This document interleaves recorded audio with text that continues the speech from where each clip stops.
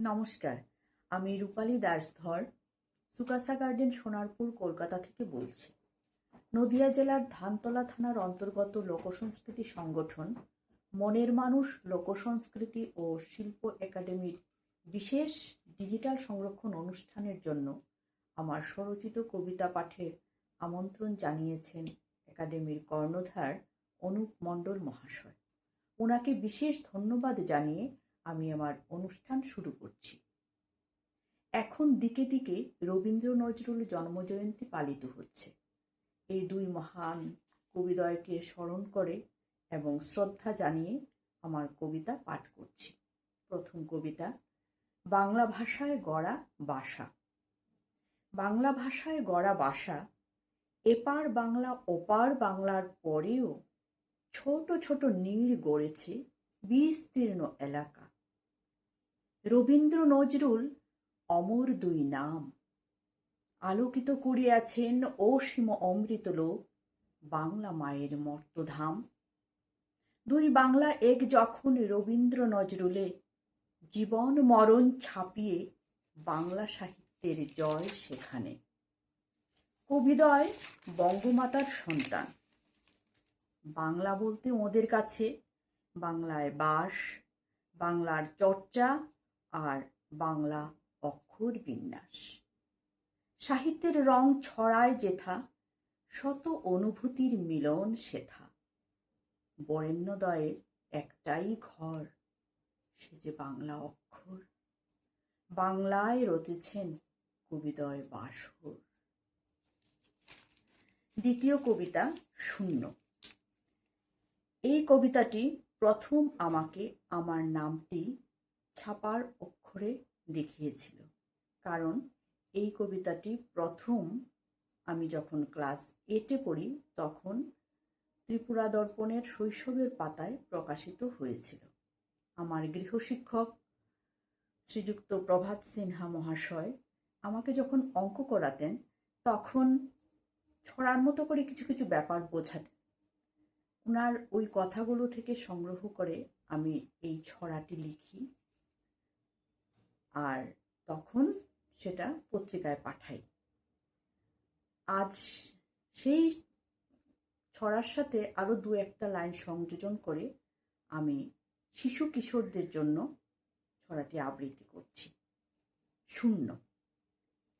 তোমরা যারা অঙ্ক করো, তোমরা কি ভাই বলতে পারো শূন্যটা যে কত বড়?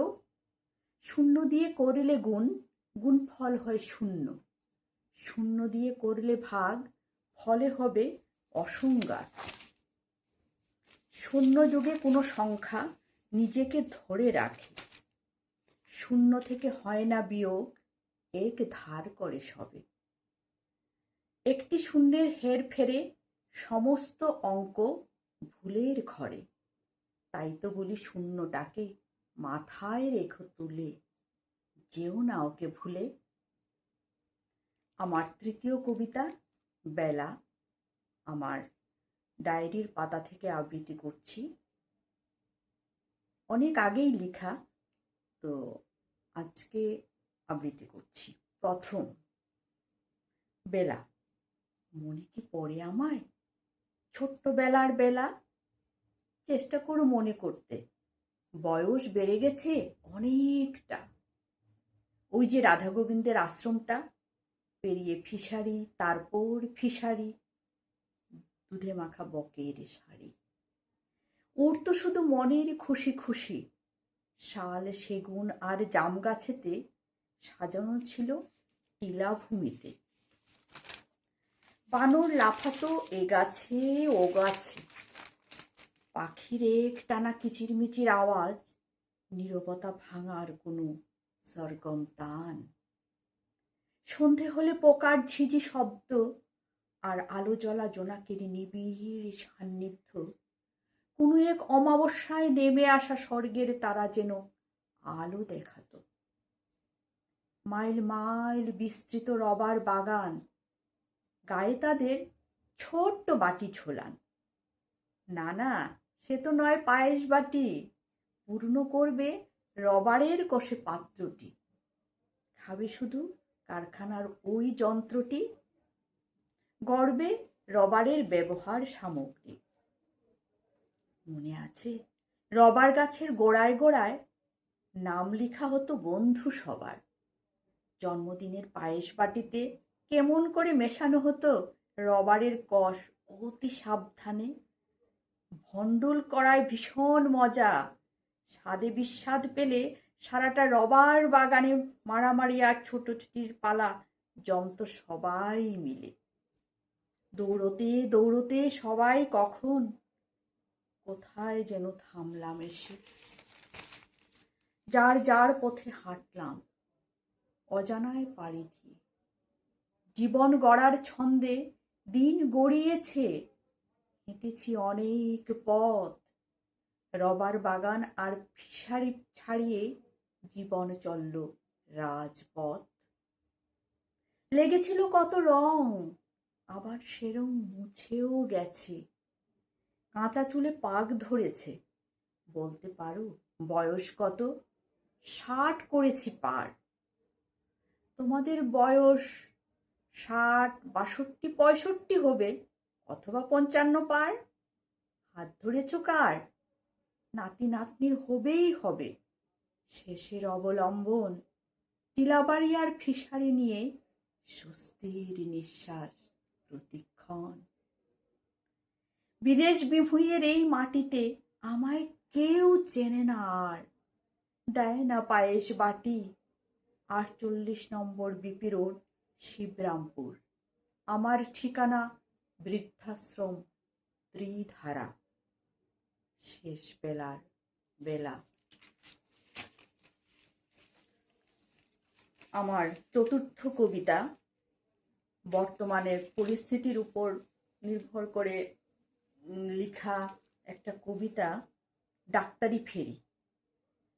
কবিতাটি কাউকে আঘাত করার জন্য আমি লিখিনি, তাই প্রথমেই বলছি, কেউ যদি ব্যক্তিগতভাবে আঘাত পেয়ে থাকেন আমাকে মার্জনা করবেন। ডাক্তারি ফেরি। ডাক্তার তো ডাক্তারই হন, প্রয়োজনে ঈশ্বর যেমন। তবে কেন প্রশ্ন চুরি? ডাক্তার কি তবে হবে ফেরি?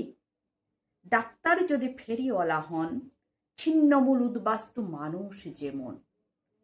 হরিদাস কবিরাজ নাম যদি হয় তার, পথে পাথারে ঘুরে বেড়ান, রোগীর দেখা নাহি পান।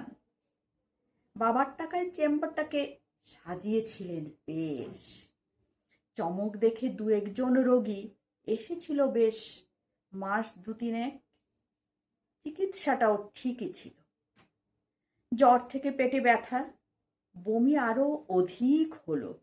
রোগের পর রোগ বাড়ল, রাশি রাশি ঔষধ লেখা। 1-2 পাতার প্রেসক্রিপশন, চলছিল বেশ ঔষধপত্রি। খাওয়ার আগে 5, পরে 5, মধ্যে 2-3 খানি ট্যাবলেট।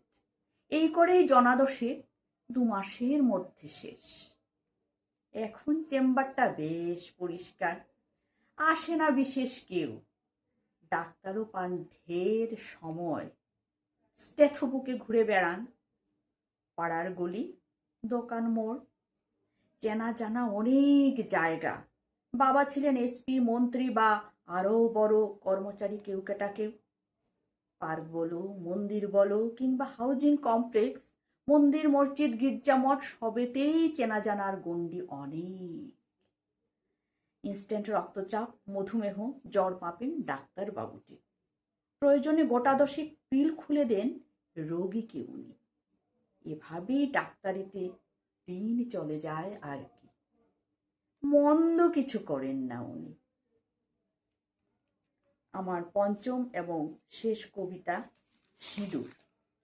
আমার কাব্যগ্রন্থ ছন্দে গাঁথা কথামালা থেকে আবৃত্তি করছি।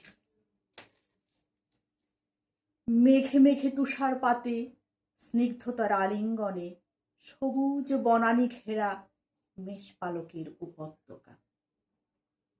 কণ্ঠরোধের হাওয়া, বদলে গেল পটভূমি। লাল রক্ত আর চোখের জলে ভেসে গেল তুষার স্নানের মুহূর্তখানি। 26 জন গেল চলে, অকালে চক্রান্তের শিকার হয়ে 22 এপ্রিল 2025 ইতিহাসের কালো দিন। আর নয় থেমে থাকা, আর নয় কান্না, আমরা এবার করব ফোঁস। কামড়টা বসাবো কোথা? খোঁজো সবে সন্ত্রাসবাদী, কোথা ওদের বাসা? 7 মে 2025 প্রত্যুত্তরের দিনটা। আকাশে এবার বাজলো ভেড়ি, সুদর্শন চক্র আলো ছড়াচ্ছে নিশানা ধরি। ভাবার সময় একটুও নেই। সিঁদুর রঙে রাঙিয়ে তোলো আকাশের যত কালো, স্বচ্ছ জলে ধুয়ে দিয়ে ধরণীর করো আলো। আলো জ্বালাও ঘরে ঘরে, মা ভৈরবী জাগিছে যে। মা দুর্গার রূপেতে যারা দায়িত্ব নিল অধিক, ঝঞ্ঝনিয়ে 10 অস্ত্রে সাজলো যারা, সফিয়া কোরেশি আর ভূমিকা সিং।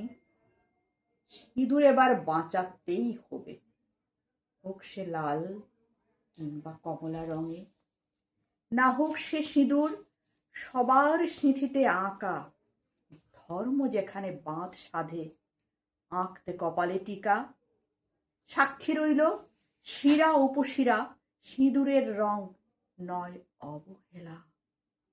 ধর্মসাক্ষী কর্মসাক্ষী এক রঙেতে মাখামাখি।